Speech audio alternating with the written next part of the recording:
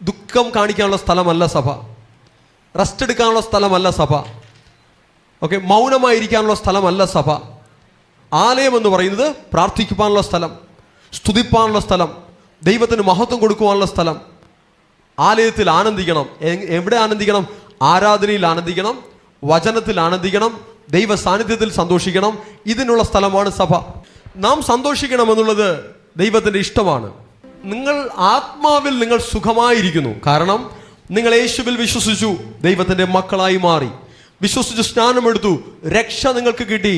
രക്ഷിപ്പ് തമിഴിൽ സാൽവേഷൻ നിങ്ങൾക്ക് കിട്ടി. ആത്മാവിൽ നിങ്ങൾ രക്ഷിക്കപ്പെട്ടവരാണ്. ആത്മാവിൽ നിങ്ങൾ ദൈവരാജ്യത്തിലാണ്. ആത്മാവിൽ നിങ്ങൾ ക്രിസ്തുവിനുള്ളിലാണ്. ആത്മാവിൽ നിങ്ങൾ ഹെവൻലി സിറ്റിസൺ ആണ്. ആത്മാവിൽ നിങ്ങൾ ക്രിസ്തു ഇരിക്കുന്നിടമായ പിതാവിൻ്റെ വലതുഭാഗത്താണ്. ആത്മാവിൽ നിങ്ങൾ ദൈവരാജ്യത്തിലാണ്. അങ്ങനെയെങ്കിൽ ആത്മാവ് സുഖമായിരിക്കുന്നു. മനസ്സാണ് ഇവിടെ കിടന്ന് അലഞ്ഞു തിരിഞ്ഞ് നടക്കുന്നത്. മനസ്സ് സുഖമായിരിക്കുന്നില്ല. മനസ്സിൽ വെറുപ്പ്, കയ്പ്, പിറുപിറുപ്പ്, തളർച്ച, ക്ഷീണിച്ച് ഒക്കെ ഇരിക്കുന്നത് എന്താണ്? ആത്മാവല്ല, മനസ്സ്.